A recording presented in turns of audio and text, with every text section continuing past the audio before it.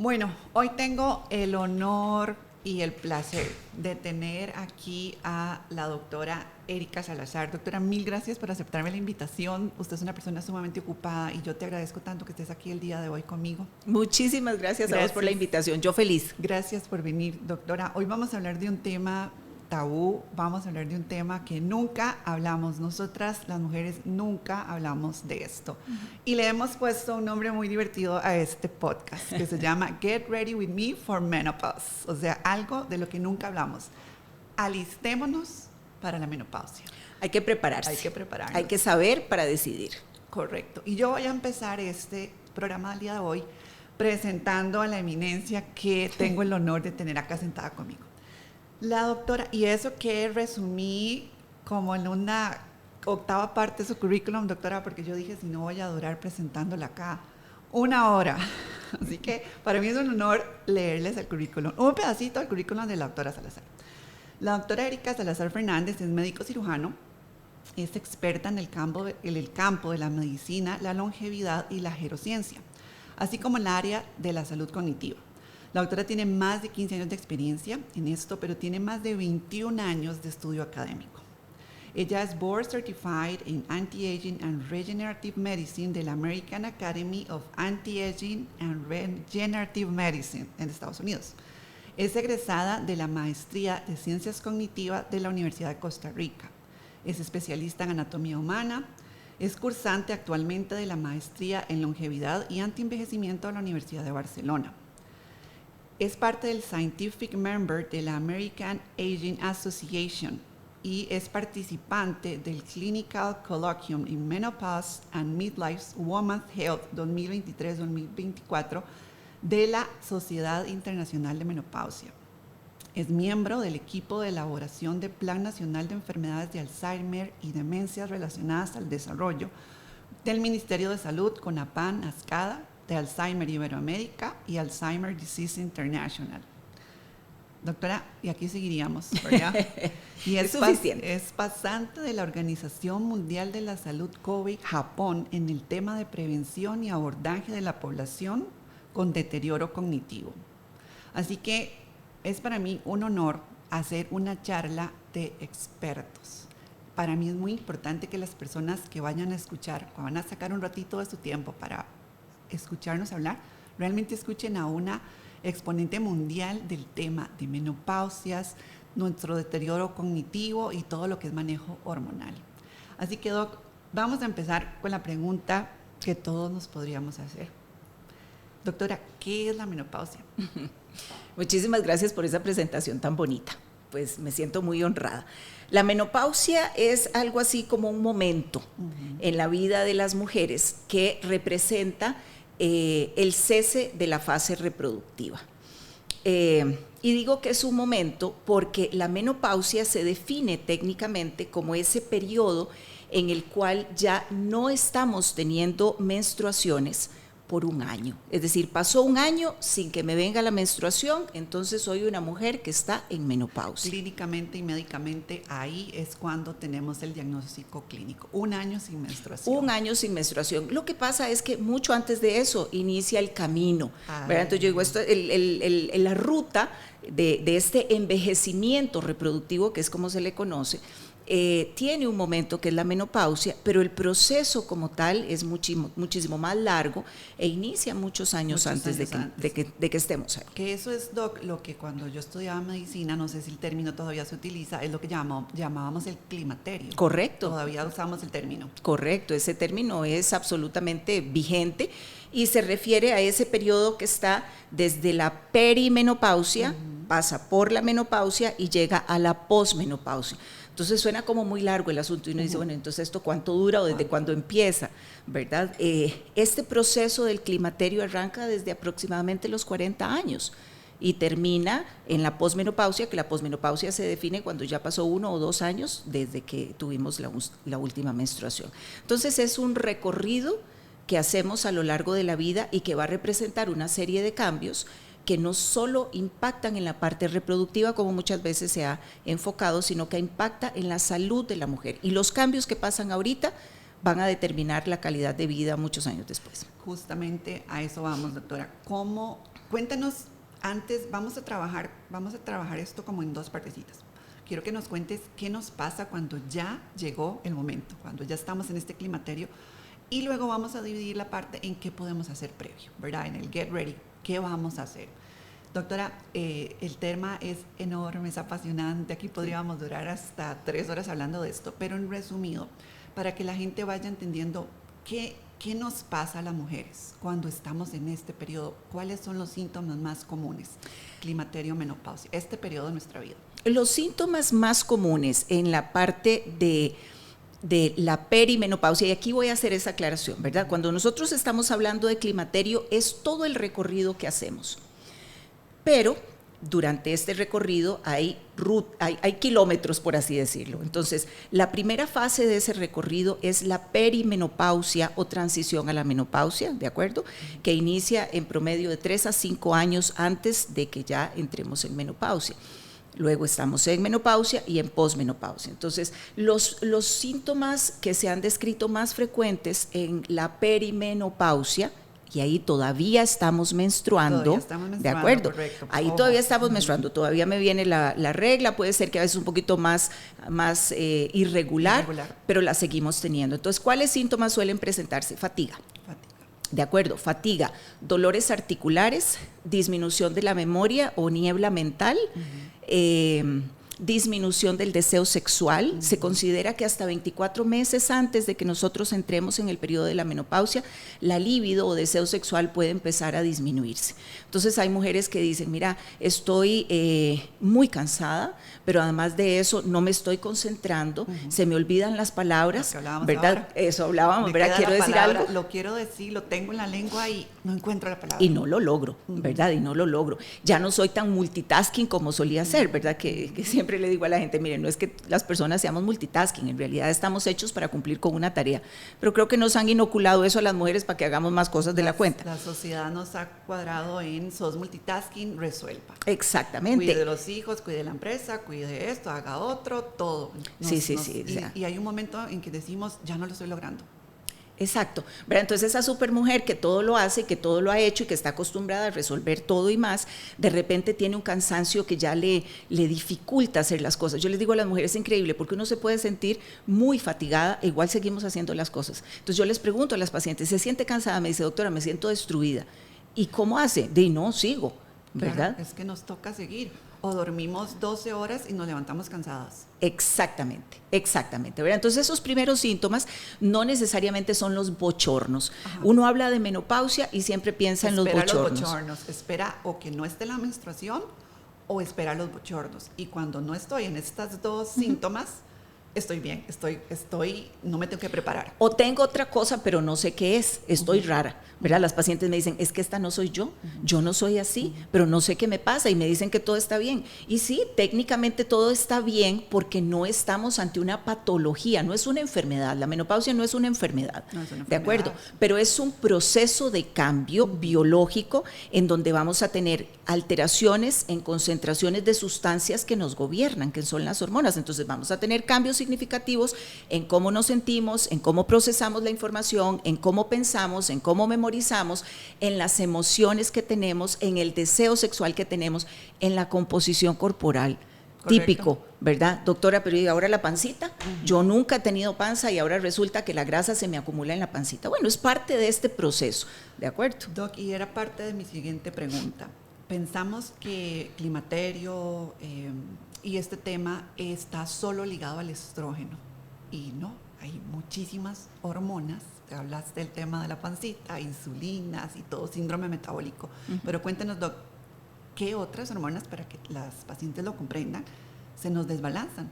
Unas personas ignoran que la mujer también tiene testosterona. Cuéntenos un poquito qué pasa a nivel hormonal. No solo es el estrógeno, sino es una cascada lo que nos está sucediendo. Sí, así es. En realidad, hombres y mujeres tenemos exactamente las mismas hormonas. ¿Cuál es la diferencia? La cantidad que tenemos. Entonces, en el periodo de transición, en el climaterio, vamos a tener normalmente disminución de hormonas como los estrógenos, ¿verdad? Los estrógenos son una familia de hormonas, ahí hay 3, estradiol, estrona, estriol. El estradiol es como la rockstar del grupo. y es la que más síntomas produce cuando baja. Entonces, los estrógenos tienden a bajar. La progesterona, que es otra hormona que tiene un efecto muy importante en la regulación del sueño, en el control de la ansiedad, en el comportamiento, también baja. Y lo otro que sucede es que suben las hormonas las hormonas adrenérgicas, es decir, las que producen unas glándulas que están encima de los riñones que están relacionadas con estrés. Me baja estrógeno, me baja progesterona, me sube cortisol y me sube DHEA. Y suele bajar también la testosterona, no en todos los casos, correcto, ¿verdad? No todas las mujeres van a tener deficiencia de testosterona en este proceso. Hay mujeres que tienen 50, 60 años y nunca presentaron la deficiencia, pero son las menos. La mayoría sí van a tener esta disminución. Entonces, estas hormonas tienen efectos interesantísimos que no afectan solo la parte reproductiva, y ahí es donde me parece tan valioso lo que estás haciendo, de tomar estos temas y exponerlos, porque se nos hace pensar que menopausia es simplemente que ya dejé de menstruar y ya no puedo quedar embarazada. Correcto. Ok, es el envejecimiento o la senescencia reproductiva, como se le conoce, perfecto. Pero esas hormonas que intervienen en la reproducción también intervienen en la grasa que yo guardo, en el músculo que yo produzco, en el metabolismo del colesterol y los triglicéridos, en mi memoria, en mis emociones, en la cantidad de colágeno que tengo, ¿de acuerdo? En la calidad del cabello, es decir, intervienen en todo, en el sueño. Entonces, no podemos ver la menopausia o el proceso de la menopausia, que prefiero denominarlo de esa forma, como un evento en donde dice, me fue la regla y ahí paró todo. ¿Sabes por qué no? Porque en este momento, en esta transición, los cambios fisiológicos que tenemos determinan cómo va a ser mi salud en los próximos 10 o 20 años. Justamente, Doc, lo hablábamos ahora fuera de cámaras, vos hiciste un posgrado, ¿verdad? O presentaste una tesis en la relación que tiene este periodo de la menopausia y el deterioro cognitivo, y cómo las mujeres tenemos la de perder con este periodo el alcance que tiene a nivel de estadísticas en el problema de Alzheimer, Doc. Sí, yo hice mi posgrado, mi maestría en la Universidad de Salamanca en atención especializada en personas con enfermedad de Alzheimer, y precisamente ese es uno de mis temas de interés. ¿Cuál es la relación entre el periodo de la menopausia, el envejecimiento cerebral, el deterioro cognitivo y el eventual riesgo de que yo tengo de desarrollar demencia? Y la literatura, la ciencia es muy consistente. Los cambios que tenemos de los 40 a los 50 años determinan la velocidad en la que envejece mi cerebro, y por lo tanto el riesgo que yo voy a tener de desarrollar un deterioro cognitivo, ¿verdad? Esa alteración en cómo memorizo, en cómo aprendo, en el lenguaje, en cómo proceso las emociones, y que me aumenta los números de la rifa para que eventualmente yo pueda llegar a desarrollar una demencia. Entonces no es menor, el asunto. Ajá. Y esta parte justo vamos a ingresar al tema de cómo lo prevenimos, doctora, porque entonces las mujeres entramos en este periodo en el que incluso dentro de nuestra sociedad no se nos es permitido hablar de este tema, porque hablamos de que la mujer ya no puede quedar embarazada, inmediatamente es como, ok, la que sigue, ok, nos encasillan en vieja, nos encasillan en ya no vas a servir, y para nosotras es un tabú muy fuerte hablar de esto, porque no nos sentamos a decir, yo estoy menopáusica, estoy perimenopáusica, simplemente de esto no hablamos, no se puede, es parte del que somos esas supermujeres. Pero, doctora, el tema cognitivo es una situación que debemos incluso tomar cartas en el asunto, ¿verdad? Hay una relación importantísima, como dice la doctora, entre este periodo de nuestro envejecimiento cerebral y nos predispone, ¿verdad?, a Alzheimer y a enfermedades mentales. Doctora, ahora sí entremos al famoso tema. ¿Cómo nos preparamos, doctora? ¿Qué es el tema por el cual estamos acá? Get ready. ¿Cómo nos preparamos? No, es el momento, estamos en el momento, este es el momento, señoras, señoritas, incluso la gente joven que nos está viendo. No, esto no es solo para los de 40, estamos hablando desde antes. ¿Cómo nos preparamos? ¿Cómo nos adelantamos? No podemos evitar que nuestros óvulos, nuestros ovarios dejen de funcionar. Esta parte es parte del envejecimiento, pero ¿cómo nos preparamos para esta cascada de situaciones que nos viene, Doc, incluso a nivel cognitivo? ¿Qué vamos haciendo, Doc? Cuéntenos un poquito. Bueno, yo creo que importantísimo entender que este proceso inicia muchísimos años antes de que entremos en menopausia. Entonces hablábamos de que desde los 40 años empezamos con estos cambios. Entonces, ¿qué pasa durante este proceso? ¿Qué aumenta? Digamos, en términos generales, aumentan los niveles de inflamación y a mayor inflamación, mayor velocidad de envejecimiento. Vos lo debes ver con frecuencia en tus pacientes. ¿De acuerdo? ¿Qué más sucede?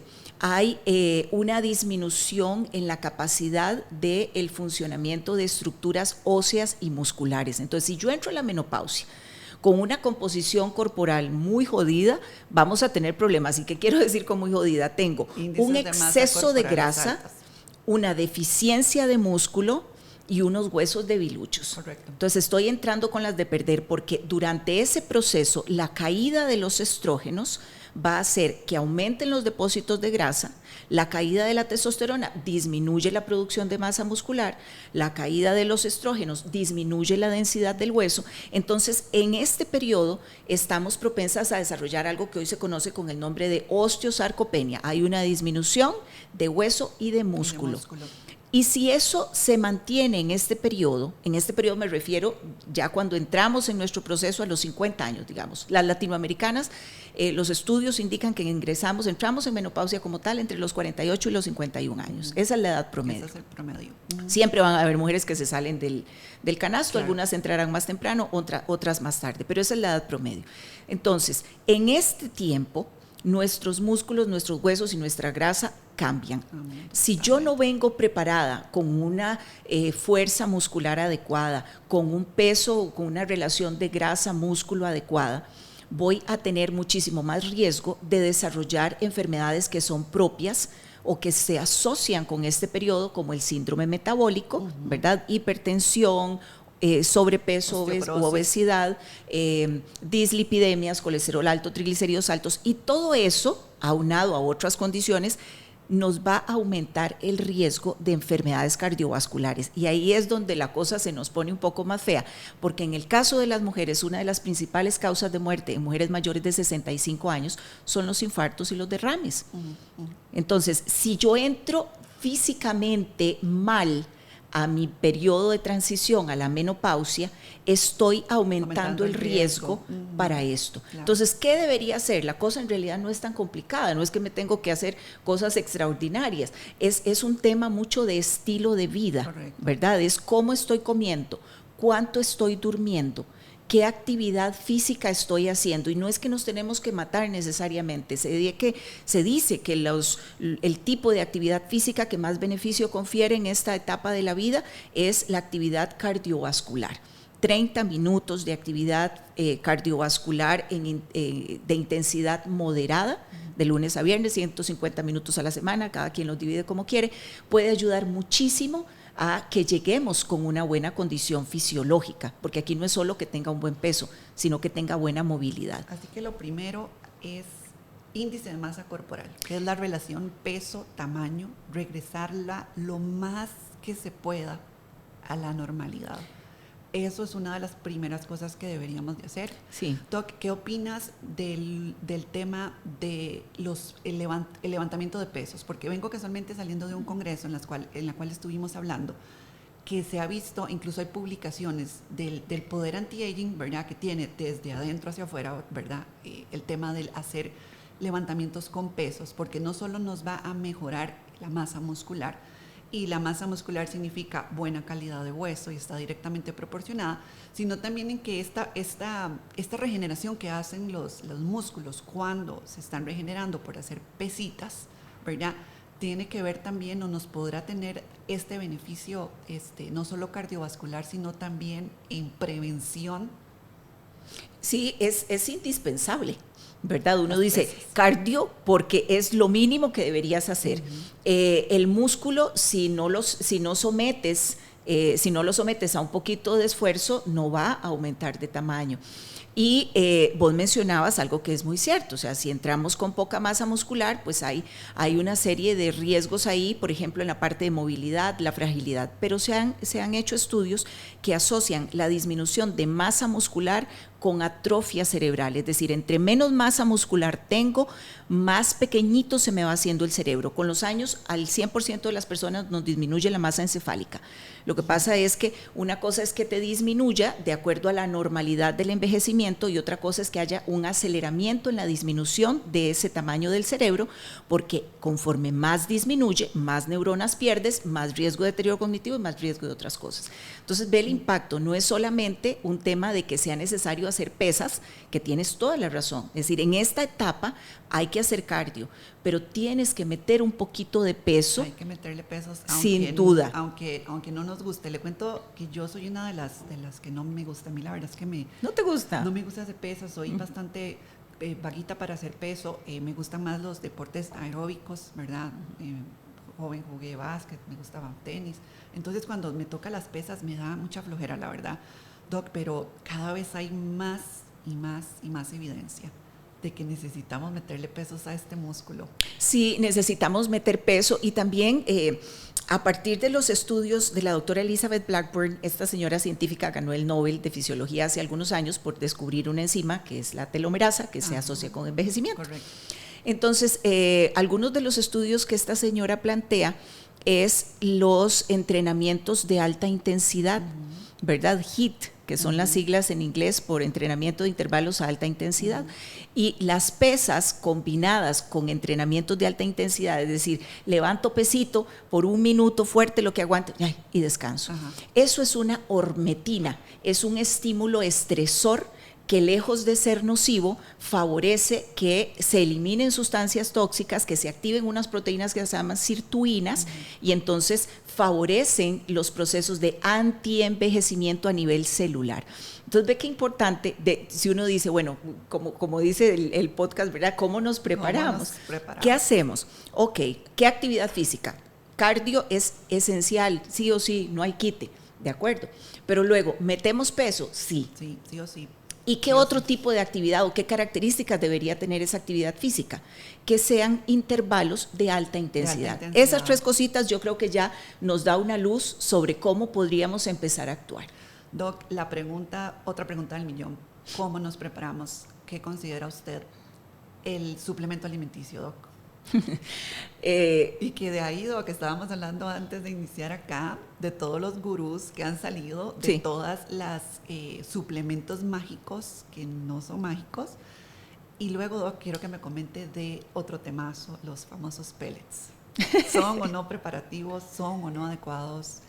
De esto hay muchísimos gurús falsos, hay mucha gente vendiendo la pomada canaria, ¿verdad? Peligroso. Peligrosísimo, pero Doc, es buena idea valorarnos con una experta como vos, hacernos los exámenes que se requieren y suplementar lo que se requiere suplementar, o simplemente nos vamos a GNC y compramos todo el estante. No.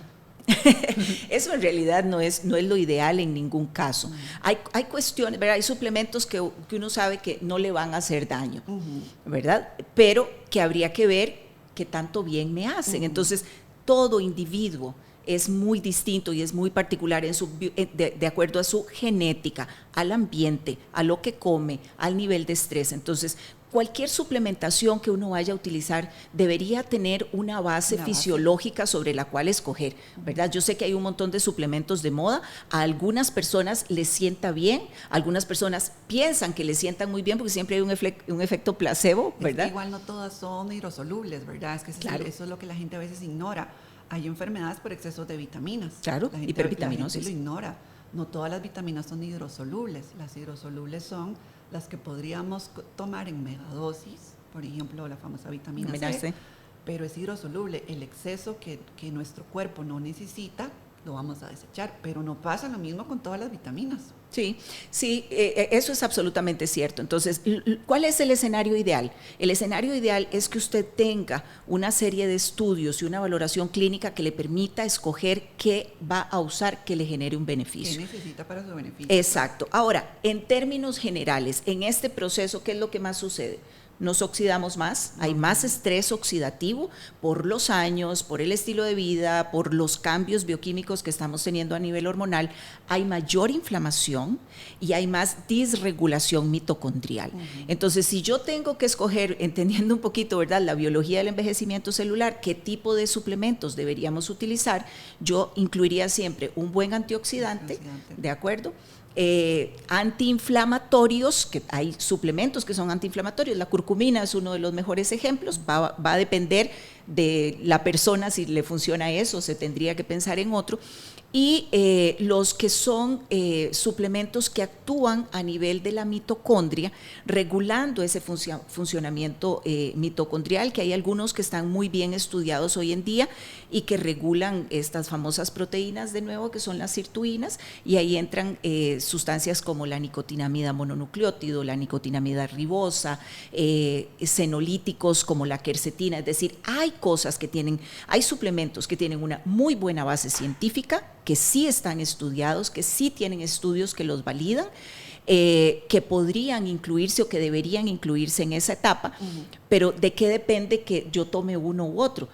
De mi biología, de mi condición de salud y de otra serie de factores. De la bioquímica. Sí, no debe ser así al tarantantán, ¿verdad? Que voy y me compro todo y me lo tomo, eso no debería ser. Para eso hay exámenes, para eso hay expertos, para eso tenemos personas como vos, doctora, que son, tengo el honor de decir que hay pocas personas tan estudiadas como vos, por eso estamos acá. Y esto no es así nomás, no es inventar, y otra vez sé que es muy repetitivo, pero no es repetir lo que le funcionó a la vecina, no es repetir lo que, ay, pues estás tomando tal suplemento y otra vez me siento muy despierta, tengo menos síntomas, los estoy previniendo, entonces dame el pastillero a mí, porque tampoco se trata de eso. Sí. Doc, en mi área, vos ves a la paciente desde adentro y la empiezas a trabajar desde adentro, y en mi área, que es la medicina estética, me toca lo externo, la piel, la paciente perimenopáusica, la paciente menopáusica y posmenopáusica tiene una disminución importante de su colágeno, claro, por todo lo que acabamos de hablar, el estrés oxidativo y todo este daño que vos me cuentas de adentro se refleja ¿dónde? En la piel, la piel. Entonces, la paciente viene a mi consulta buscando un arreglo que algunas veces quisieran que fuera mágico, ¿verdad? Claro. De la inyección del Botox, y piensan que nos arregla la vida, cuando no. ¿Por qué no? Por todo lo que acaba de explicar la doctora. Yo siempre les digo, el envejecimiento es multifactorial, no existe un único tratamiento que nos vaya a solucionar todo, porque aquí hay acortamientos de telómero, hay problemas hormonales, hay una cantidad de situaciones que nos están sucediendo que reflejan desde adentro, pues la parte tuya, hasta mío, la parte estética. ¿Y para qué quiero comentarles esto? Porque la paciente también debe comprender que yo no puedo poner un bioestimulador, no puedo poner una toxina en un cuerpo que tiene un proceso mal llevado como el que nos acaba de explicar la doctora. ¿Cómo le voy a pedir yo a una paciente que con bioestimuladores y cosas externas produzca un colágeno con una deficiencia hormonal tan importante como la que nos acabas de hablar? Es imposible. No lo vas a lograr. No se logra. ¿Verdad? Entonces, ahí es importante entender también que ya que estamos hablando mucho de la parte hormonal, durante todo este proceso, las hormonas sin duda son protagónicas, pero no son las únicas, ¿de acuerdo? O sea, las hormonas van encadenadas a neurotransmisores, van encadenadas a proteínas, van encadenadas a enzimas, a un montón de otras cositas. Entonces, ¿por qué hago esta aclaración? Porque algunas mujeres no pueden usar hormonas, no deben usar hormonas, ¿verdad? Entonces no puedo pensar, bueno, si no puedo usar hormonas, no tengo ninguna otra escapatoria o ninguna otra opción para mantenerme sana. Piensan, exactamente. Para este proceso podemos usar sustitución hormonal, que a muchas personas les cae muy bien, Pero no, esto no es para todo el mundo, eso también es importantísimo que ustedes lo sepan. La sustitución hormonal tiene sus contraindicaciones, ¿verdad? Absolutamente, ¿verdad? Y es importante entenderlo y es importante... ¿Y ahí qué podemos usar, Doc? Que lo estuvimos hablando fuera de cámara también. Hay muchas opciones, dependiendo de los síntomas, ¿verdad? Porque en menopausia los más bandidos son los bochornos, ¿verdad? Entonces yo he tenido la triste realidad de recibir a una paciente que me dice, doctora, tengo bochornos hace 10 años. ¿Y por qué no ha utilizado nada? Porque me dijeron que como no puedo usar hormonas, que me aguante. Eso no es cierto. Eso no es cierto. ¿Verdad? Hay una serie, hay un listado de fármacos que es un consenso internacional, ¿de acuerdo? A nivel de las sociedades científicas que rigen las decisiones a nivel de menopausia, que definen, bueno, si una mujer no puede usar terapia de reemplazo hormonal y tiene unos bochornos que son muy molestos, bueno, pues estas son las siguientes opciones. Hay algunos fármacos, por ejemplo, antidepresivos, que no es porque estén deprimidas, sino porque el antidepresivo actúa regulando la termorregulación en el cerebro y eso le disminuye los calores. Existen otros fármacos también que recientemente han salido en el mercado, aquí no están disponibles, pero que favorecen eso. Hay suplementos naturales que pueden ayudar. Las sueroterapias de lo que estuvimos hablando también. Sí, pueden ayudar. Multicócteles. Sí, es importante que la gente sepa que hay opciones. Que hay opciones. A mí me conmueve mucho, sí. Me conmueve mucho cuando las mujeres llegan y me cuentan que han pasado 5, 6, 10 años sufriendo, por ejemplo, con los bochornos. En silencio, Doc. Es que nos lo callamos porque nos da vergüenza, doctora. El problema es este tabú enorme de el decir, estoy vieja, ya no sirvo, ya se me acabó mi vida reproductiva, mi vida como mujer, si no puedo producir hijos, ya no valgo nada. Esa horrible cruz que nos ha impuesto la sociedad, y como no lo hablamos, como no lo decimos, como me da miedo decírselo hasta a mi hermana, a mis amigas, no buscamos la solución. Y como esto es un tema tan reciente, Doc, que usted tiene 20 años de tener estudios, pero no todos los colegas se especializan en eso. ¿Qué es lo que sucede? Lo que decías, Doc, vamos al ginecólogo, el ginecólogo o la ginecóloga no está muy enterada de todo esto, entonces no podés usar terapias de sustitución hormonal porque tenés, por ejemplo, una de las contraindicaciones, posibilidad de cáncer de mama, entonces hasta ahí nos llegó.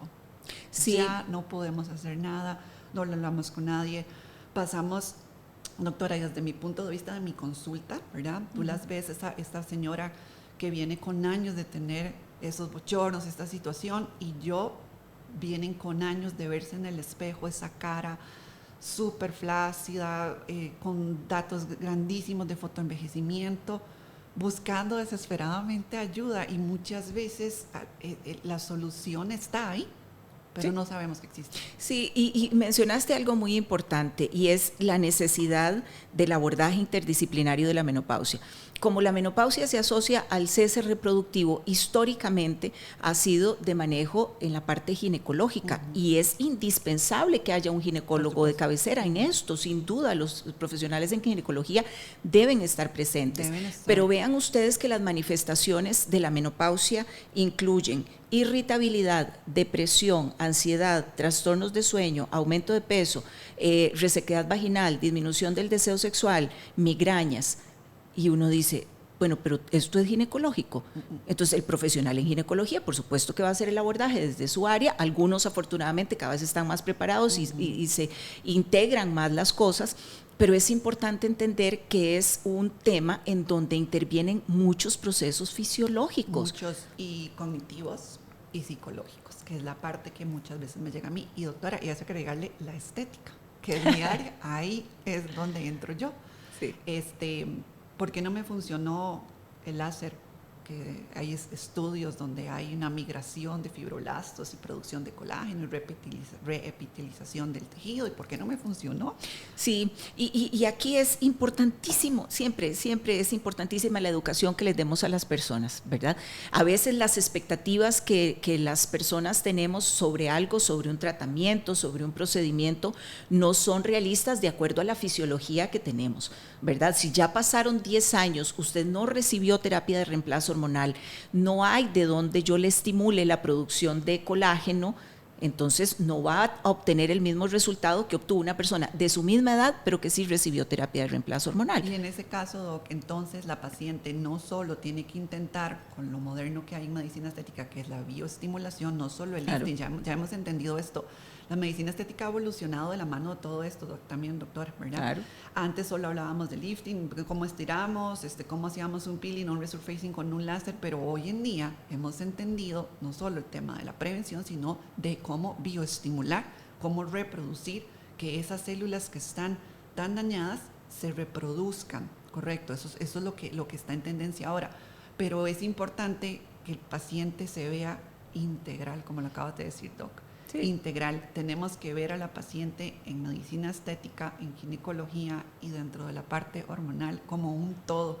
Sí. Y por eso, doctora, es que estamos acá.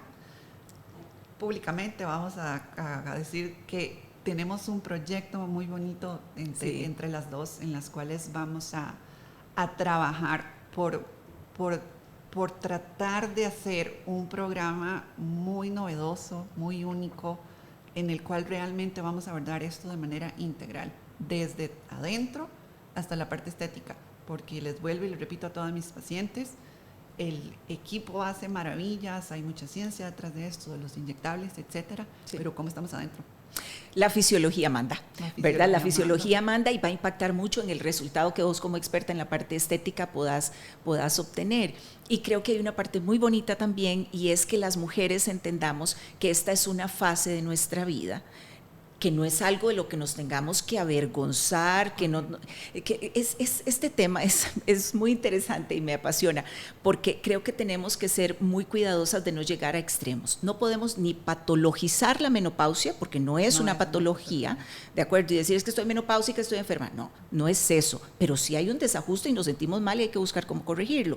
Y tampoco podemos o debemos dejar de darle el valor que este momento tiene en la salud y en la calidad de vida, en la inmediatez y a 10, 15, 20 años plazo, ¿verdad? Entonces eso que vos decís me emociona porque creo que es también dar una opción para que la gente, primero, nos vayamos quitando ese estigma de que las menopáusicas y a veces pensamos que estar en menopausia es como el final de la vida, correcto, ¿verdad? Es un absurdo. Todos los estudios antropológicos muestran que los mamíferos que entran en menopausia viven 30, 40 años más después de que entraron en eso. Simplemente el cese reproductivo. Y de esa vida hoy en día, doc, después de que estamos en perimenopausia, climaterio, menopausia, posmenopausia, hoy en día en un mundo tan competitivo tenemos que seguir produciendo. O sea, hoy en día somos ejecutivas hasta los 70 años. Sí. Hoy en día estamos aquí produciendo, estamos dándole a la humanidad, estamos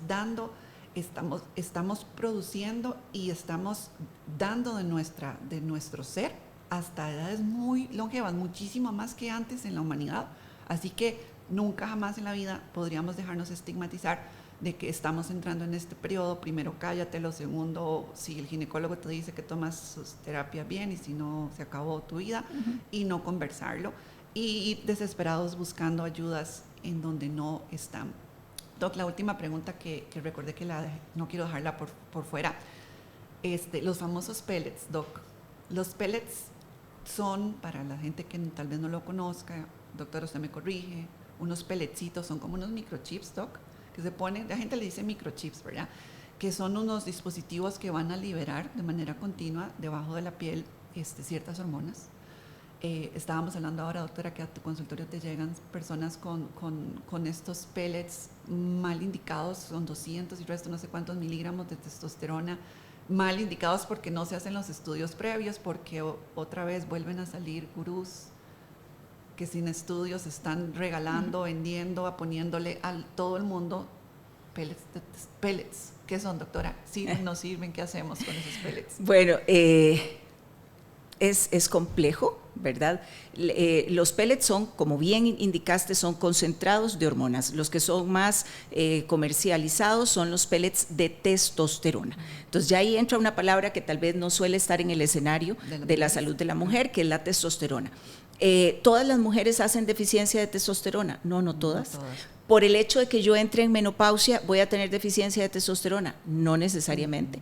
¿Pueden mujeres jóvenes, mujeres entre los 20 y los 35 años, tener deficiencias de testosterona? Sí, así es, de acuerdo. ¿Puede ser de ayuda el uso de testosterona en mujeres? Sí.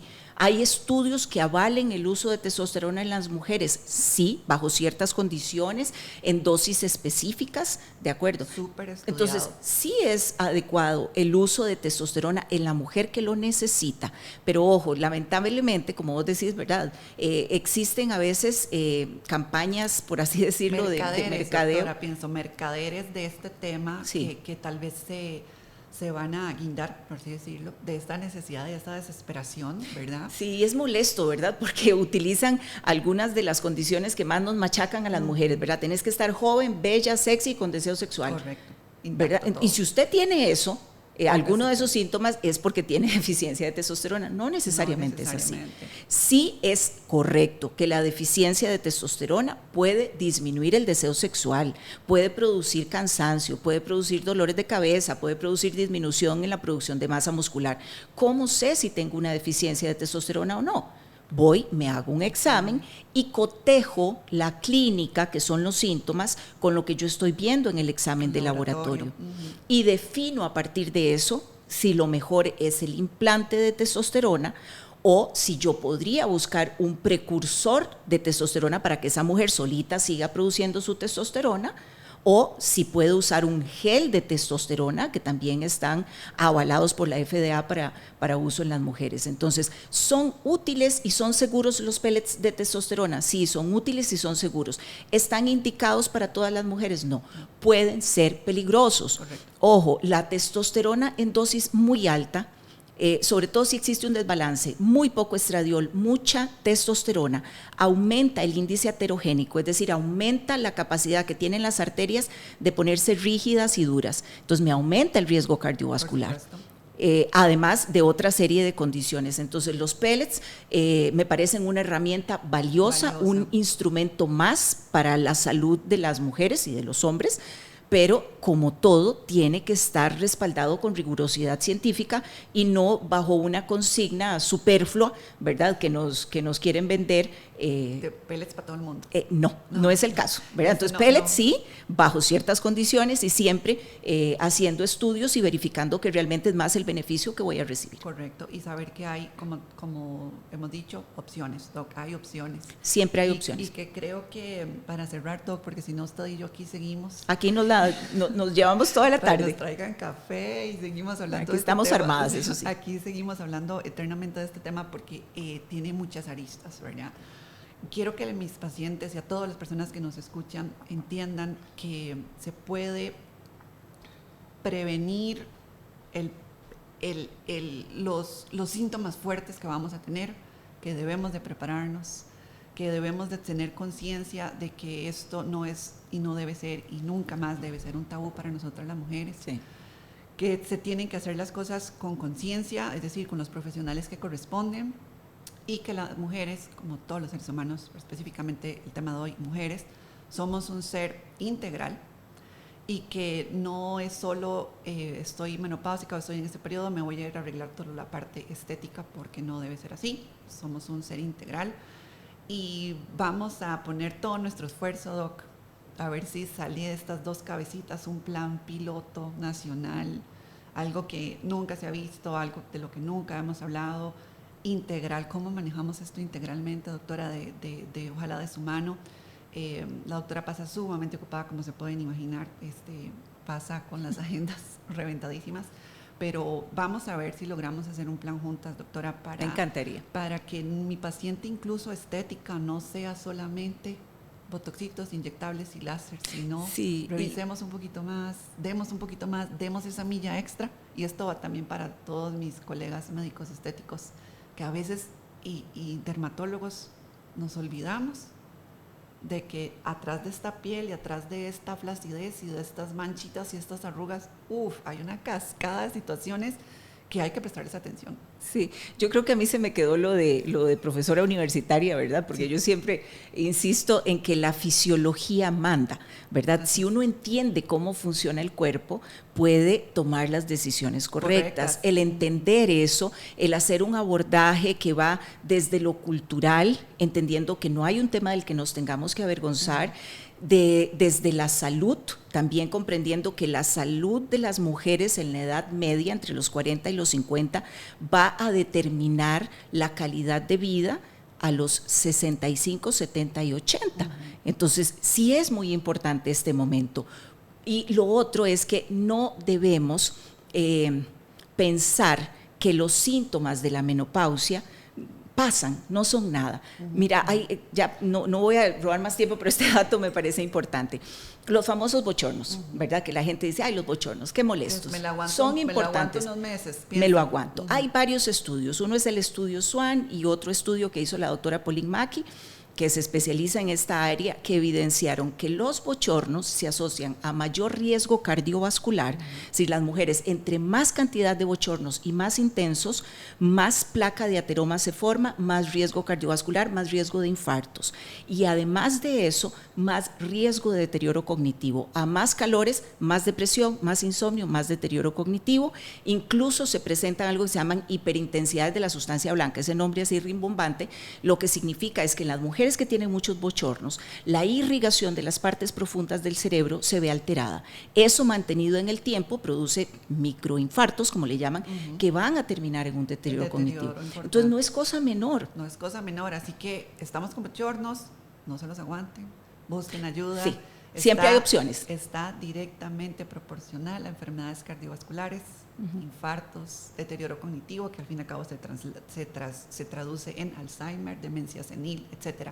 Así que, señoras, dejemos de tapar el sol, dejemos de decir esto es normal, ya me va a pasar. No, busquemos ayuda. Existen cientos de terapias alternativas. Y doctora, me encantó este podcast. Creo que está tan cargado de información que pienso que las personas van a querer escucharlo varias veces, porque escucharlo a usted hablar es realmente precioso, doctora, es súper lindo escucharlo hablar y viene cargado de muchísima información. Así que me encantaría que las personas que lo estén escuchando, que lo estén viendo, lo compartan con esa amiga, etiqueten a esa persona. Nosotros nos comprometemos en brindarles pronto una solución muy integral. Esperemos. En la cual ojalá podamos llegar a una población más amplia que nuestros consultorios o nuestra agenda nos lo permite, que es lo que actualmente nos limita nuestra agenda, ¿verdad? Quisiéramos que el día durara como 60 horas para poder atender o ayudar a más personas, pero no se puede. Así que, Doc, mil gracias otra vez. Gracias a vos y mensaje final a las mujeres que nos sintamos felices, que entendamos que es un proceso, no nos debemos sentir ni tristes ni preocupadas, hay que ocuparse. Y otra cosa que es importante, la menopausia es parte normal de la vida, no determina el fin de nada, es el inicio de un proceso, bien atendida puede ser un proceso maravilloso, porque hay cambios en el cerebro muy lindos también con este cambio, que las mujeres entendamos que hay opciones para mejorar la salud. La ciencia avanza.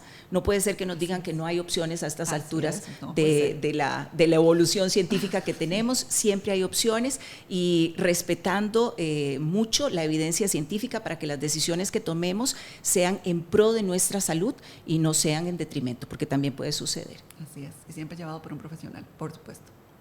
Doctora, mil gracias nuevamente. Gracias a vos. Espero que les haya encantado este podcast como me encantó a mí.